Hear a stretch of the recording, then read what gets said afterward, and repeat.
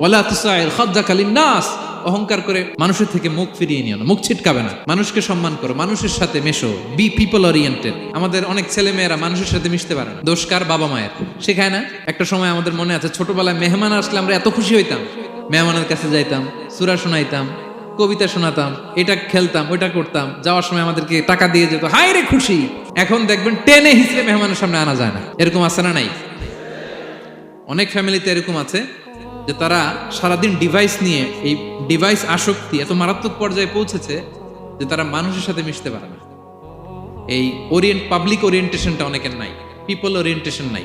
অনেক ছোট বাচ্চা, মেহমান আসছে, তুমি একটু আসো, সালাম দাও, বসো, আসতে চায় না, বসতে চায় না, কারণ ওরা শিখানো হয় না। সারাদিন দিয়ে রাখছে কি হাতে? মোবাইল।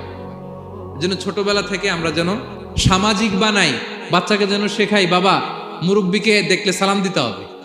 কি করতে হবে? ওরা শিখাবেন। অনেক সময় ছোট বাচ্চারা না বুঝে দারোয়ানের সাথে খারাপ আচরণ করে, ঘরের কাজের বুয়ার সাথে খারাপ আচরণ করে, ড্রাইভারকে বকা দেয়, আছে না নাই? ভদ্রতা, ডিসেন্ট ম্যানার আপনি শিখান নাই তো, ও শিখবে কোত্থেকে? এই তো শুরুতেই বললাম যে গরুর পেট থেকে বেরোলে গরু হয়, কিন্তু মানুষের পেট থেকে বেরোলেই ওটা মানুষ হয় না। ওটারে মানুষ বানাতে হয় দিনের পর দিন, মাসের পর মাস, টিউনিং করে, পলিশিং করে, গাইড করে করে মানুষের মতো মানুষ বানাতে হয়।